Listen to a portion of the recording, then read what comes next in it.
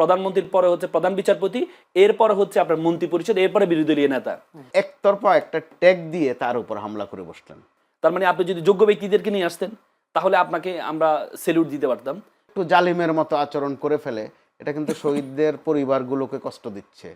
সংবিধান সংস্কার এই কি বলে এই যে আদেশটা ওয়ার্ডারটা হয়েছে, রাষ্ট্রপতি যে ওয়ার্ডারটা হয়েছে, সেই ওয়ার্ডারে বলা আছে যে একসাথে শপথ গ্রহণ, একসাথে প্রথম দিনেই যেটা প্রথম দিনে শপথ গ্রহণ করতে হবে সংস্কার পরিষদের।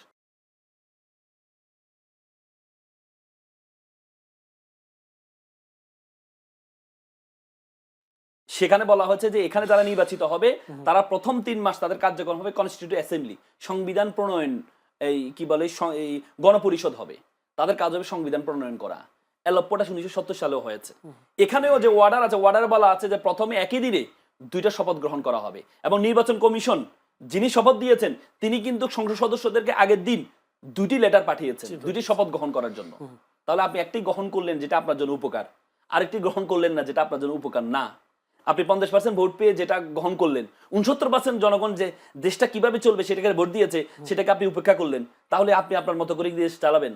আপনি যদি আপনার মতো করে দেশ চালান, তাহলে শেখ হাসিনা তো নিজের মতো করে দেশ চালাতে চাইছিল, টিকতে পারছে?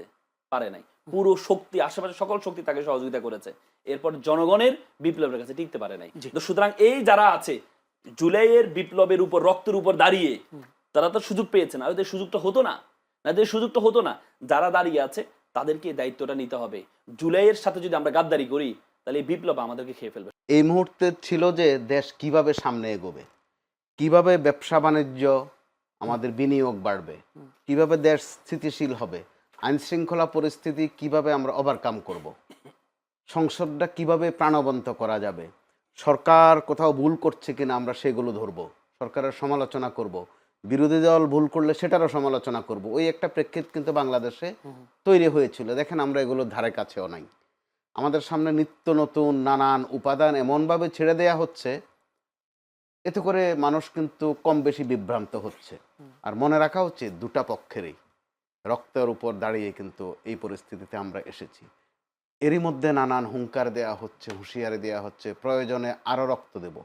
এগুলো সাহিত্যের ভাষা, কবিতার ভাষা বা রাজপথের ভাষা। এগুলো মানুষের কিন্তু কলিজা ছিঁড়ে যায় এসব কথা শুনলে। কারণ আপনি তো রক্ত দেন নাই ভাই, আপনি বারবার রক্তের কথা বলেন কেন? যারা রক্ত দিয়েছে, যে পরিবারগুলো এখনো হাহাকার করে, ওই পরিবারগুলোর ধারে কাছে একবার গিয়ে দেখেন। যারা স্বজন হারিয়েছে তাদের বেদনাটা একটু উপলব্ধি করার চেষ্টা করেন। কারণ আপনারা বারবার রক্ত দিবেন বলে আপনার সন্তানকে কিন্তু পাঠাচ্ছেন না রাস্তায়, পাঠাচ্ছেন রহিম জলিলের বাচ্চাদেরকে, নিজেদেরটাকে কিন্তু খুব সুন্দর মতো ইনট্যাক্ট রাখছেন, বারবার আবার রক্তের দাওয়াত দিচ্ছেন। এখন রক্তের দাওয়াত আর নয়, প্লিজ দেশ গঠনের চেষ্টা করেন। একটা মোটামুটি লেভেল পেরিয়ে কিন্তু আমরা এখন আছি। কারণ আমরা সাদা চোখে যেটা দেখি, বিএনপি বিশাল বিজয় অর্জন করেছে, জামাতে ইসলাম যে অভিযোগ করছে তাদের অভিযোগ যদি সঠিকও হয় তাতেও তারা বিরোধী দল, কয়েকটা আসন নিয়ে তারা যে অভিযোগ করেছে। তাহলে এখন সামনের দিকে এগোবার পালা। এমনকি এটাও তো হতে পারে যে কয়েকটা আসন নিয়ে তাদের আপত্তি আছে, এগুলো ভোট আবার গণনাও হতে পারে। তাহলে সরকারটাকে ফাংশন করতে দেন। যেখানে বিএনপি বড় দল এবং মজলুম, জামাতে ইসলামও মজলুম, তো এই দুই মজলুম যখন আবার পেছনের দিকে যায়, অর্থাৎ নিজেরাও একটু একটু জালিমের মতো আচরণ করে ফেলে, এটা কিন্তু শহীদদের পরিবারগুলোকে কষ্ট দিচ্ছে। যারা হাসপাতালে কাতরাচ্ছেন এখনো কিন্তু শত শত আছে বিভিন্ন হাসপাতালে, পঙ্গু হয়ে আছে, তারা কিন্তু বড় কষ্ট পায়। নির্বাচন, তাদের প্রশ্ন ছিল যে নির্বাচন জরুরি কিনা, কিন্তু আমরা যারা পেশাজীবী মানুষ তারা মনে করি একটা নির্বাচন দরকার ছিল, খুব জরুরি ছিল। নির্বাচনটা যথেষ্ট সুন্দর হয়েছে, প্রশ্ন আছে কিন্তু সুন্দর হয়েছে তুলনামূলক। এর মধ্যে কয়েকটা ভালো ভালো কাজও আমরা দেখছি। জামাতে ইসলামী ঘোষণা দিয়েছে তারা কোনো সরকারি প্লট নেবে না, গাড়ি নেবে না, বিএনপিও সেটাকে ওন করেছে, আমরা ভালো লক্ষণ দেখছি। কিন্তু অনেকগুলো প্রধানমন্ত্রী কিন্তু এরই মধ্যে তার যে ওয়াদা, 31 দফা সংস্কারের ওয়াদাই নয় শুধু, নির্বাচনী ওয়াদাই নয় শুধু, আরও নানান ওয়াদা পালনের জন্য কিন্তু ব্যাপক পরিশ্রম যে করছেন সেটা কিন্তু আমরা দিব্যি দেখতে পাচ্ছি। তাহলে তার পরিশ্রমকে সফল হতে দেওয়াটাই বোধহয় বেশি যুক্তিযুক্ত। তা না করে আমরা পেছনের আলাপকে যেভাবে আস্তে আস্তে করে টানছি সামনে, কোনটা বৈধ, কোনটা অবৈধ, কোনটা সাংবিধানিক, কোনটা অসাংবিধানিক, যথার্থ বলেছেন অ্যাডভোকেট রাসেল যে দুদিন পরে কে যে বলে আসবে, এই স্রোত যদি চলতে থাকে যে সব বাদ দেন, শেখ হাসিনা এই প্রধানমন্ত্রী সাংবিধানিকভাবে।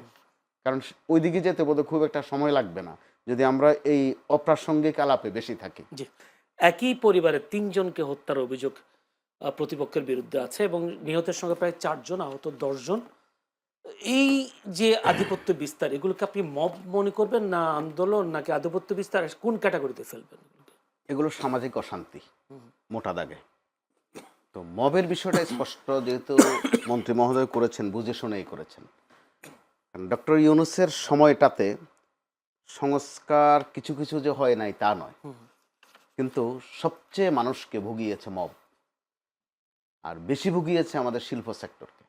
মব মানে আমি আমার একটা জানার, মব আর আন্দোলন দুটোর মধ্যে পার্থক্যটা কি আসলে? একটু আছে। জি। আন্দোলনটা ঘোষিত বিষয়, আর মবটা অনেকটাই পান্ডামি টাইপের, একতরফা। বিভিন্ন শিল্প প্রতিষ্ঠানে গিয়ে মব হয়েছে। তো আমি যদি গাঁথনিতে যাই, এটা একান্ত আমার নিজস্ব উপলব্ধি যে মূল স্রোতের বাইরে গিয়ে, মূল স্রোত বলতে আমি সরকারকে মিন করছি না, আমাদের সামাজিকতা, আমাদের চিরাচরিত কালচারের বাইরে গিয়ে যখন আপনি নানান ছুতা ধরে শাহবাগে করেন আর শাপলা চত্বরে করেন, মানুষের বাসায় গিয়ে করেন, এগুলো এক ধরনের অসভ্যতা, বর্বরতা। আমরা মব বললে তো মনে হয় যেন আদর করি বুঝি, এগুলো পান্ডামি। এই পান্ডামে আমাদের অর্থনীতির সর্বনাশ করেছে গত 1.5 বছরে। ডক্টর ইউনূস সরকার এই জন্য কিন্তু কলঙ্কিত হয়ে আছে, বিশেষ করে একটি বিষয়ে। দেখা গেছে কথা নাই, বার্তা নাই, ধরা নাই, ছোঁয়া নাই, হঠাৎ করে এক জায়গায় গিয়ে অবরোধ করে বসলেন, কোনো অফিসে গিয়ে হামলা করে বসলেন, কাউকে একতরফা একটা ট্যাগ দিয়ে তার উপর হামলা করে বসলেন, তাকে বলে বসলেন ফ্যাসিস্টের সহযোগী। এগুলো কিন্তু খুব বাজে নেচার, যেটা আওয়ামী লীগ আমলে আমরা কিন্তু দেখেছি আরেক ফরম্যাটে, যে যাকে আপনার পছন্দ হবে না তার নামে রাজাকার। ডক্টর ইউনূস আমলে আমরা দেখলাম যাকেই আপনি টার্গেট করবেন তাকে প্রথমে নাম দিয়ে দেবেন, সে হচ্ছে ফ্যাসিস্টের সহযোগী অথবা দোসর। গত কয়েকদিন শুরু হয়েছে আবার, যেহেতু বড় দল দুটার মধ্যে বিরোধ, কার নাম সুপ্ত কার নাম গুপ্ত, এগুলো কিন্তু আমাদেরকে ভোগাবে। যে যেখানে সুবিধা পায়, প্রকৃত অর্থে যে গুপ্ত বা সুপ্ত ছিল সেও দেখবেন গুপ্ত বলে আওয়াজ দেয় একটা, অর্থাৎ অন্যকে ঘায়েল করার এই যে দাওয়াইটা লুপে নিচ্ছে কিন্তু দুষ্টচক্র, তারা বরাবরই এটা করে। আমি বলতে চাই এটা হচ্ছে এক ধরনের টোকাই শ্রেণী, টোকায় শুধু নানান কিছু টোকায়, কোনটা দিয়ে আপনাকে ঘায়েল করবে, কোনটা দিয়ে আরেকজনকে ঘায়েল করবে, অর্থাৎ তার রাজত্ব, তার নিজস্ব একটা রাজত্ব সে কিন্তু কায়েম করে, ওইটাই মূলত ফেসিবাদ। আমি একদম খাঁটি বাংলায় বলতে চাই, সেটা বর্বরতা, অসভ্যতা। আমি একটা প্রশ্নের সাথে করি, স্বরাষ্ট্রমন্ত্রী তিনি বলেছেন কোনো দাবি নিয়ে সড়ক অবরোধ করে জনভোগান্তি করা যাবে না, অবশ্যই আপনার প্রয়োজন হলে স্মারকলিপি নিয়ে আসবেন। কিন্তু এই কথা আমার আপনাকে জানার ইচ্ছে যে ইতিহাসে এমন কোনো আন্দোলন আছে কিনা যে জনভোগান্তি তৈরি না করে দাবি আদায় হয়েছে? আছে। আপনি যদি শুধু একটা, আমরা এখন যে পরিস্থিতিতে আছি, যারা সচেতন, একটি মানুষও আপনি পাবেন না যে রাস্তা বন্ধ করে ওখানে একটা নিউসেন্স ক্রিয়েট করা পছন্দ করে, কেউ পছন্দ করে না। এগুলো অনেক হয়েছে, কারণ সময়ের ব্যবধানে। শেখ হাসিনার বিদায়টা অবশ্যই সেটা দিয়ে আমরা তো হতে পারতো যে একটা ফুল স্টপ পড়েছে, হতে পারতো তো, যে অনেক হয়েছে। আপনি খোঁজ নিলে জানতে পারবেন 71-এর পর, 71 বা এর পরবর্তীতে খুব জনপ্রিয় স্লোগান ছিল জালো জালো আগুন জালো। একটা পর্যায়ে জালো জালো শব্দটা শুনতেও মানুষ বিরক্ত হয়েছে। আপনার মনে আছে, এই ক্ষেত্রে বিএনপি কিন্তু পায়োনিয়ার। বিএনপি নিজের ওটা স্মরণ করতে হবে। বেগম খালেদা জিয়াকে যেদিন কারাগারে নেওয়া হয়, আপনার মনে থাকার কথা, তিনি হেঁটে হেঁটে কারাগারে গিয়েছিলেন, দৃষ্টান্ত তৈরি করেছিলেন। ইচ্ছা করলে বিএনপি ওই দিন সারা দেশে অরাজকতা তৈরি করতে পারত। এর উপর বিএনপির উপর আরও বিভিন্ন সময় যে হামলাগুলো হয়েছে, বিএনপি ইচ্ছা করলে আপনি খেয়াল করেছেন আস্তে আস্তে করে হরতাল, অবরোধ এসব থেকে সরে গেছে। ছোট্ট ছোট্ট বিবৃতি দিয়েও কিন্তু অনেক ইফেক্টিভ আন্দোলন করেছে।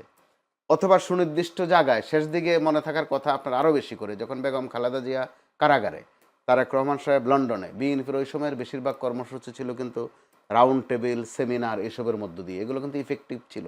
এমনকি 31 দফা যে সংস্কার প্রস্তাব, সেটাও হয়েছিল কিন্তু অত্যন্ত পরিশীলিতভাবে।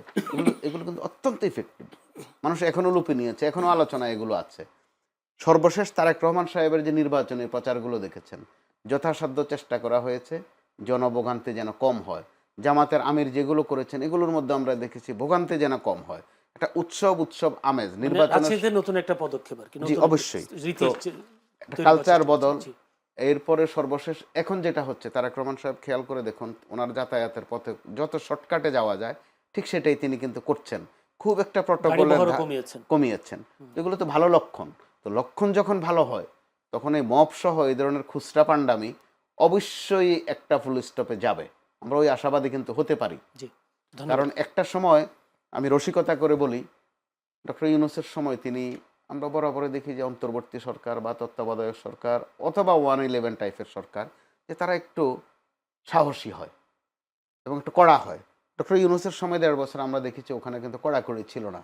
মন চেয়েছে তো আপনি চলে গেছেন যমুনার সামনে, ওখানে গিয়ে নাচলেন, রাতভর থাকলেন, আজে বাজে স্লোগান দিলেন। তো ঠিক আছে, উনি ওনার বৈশিষ্ট্য মতো করেছেন, বহুত হয়েছে।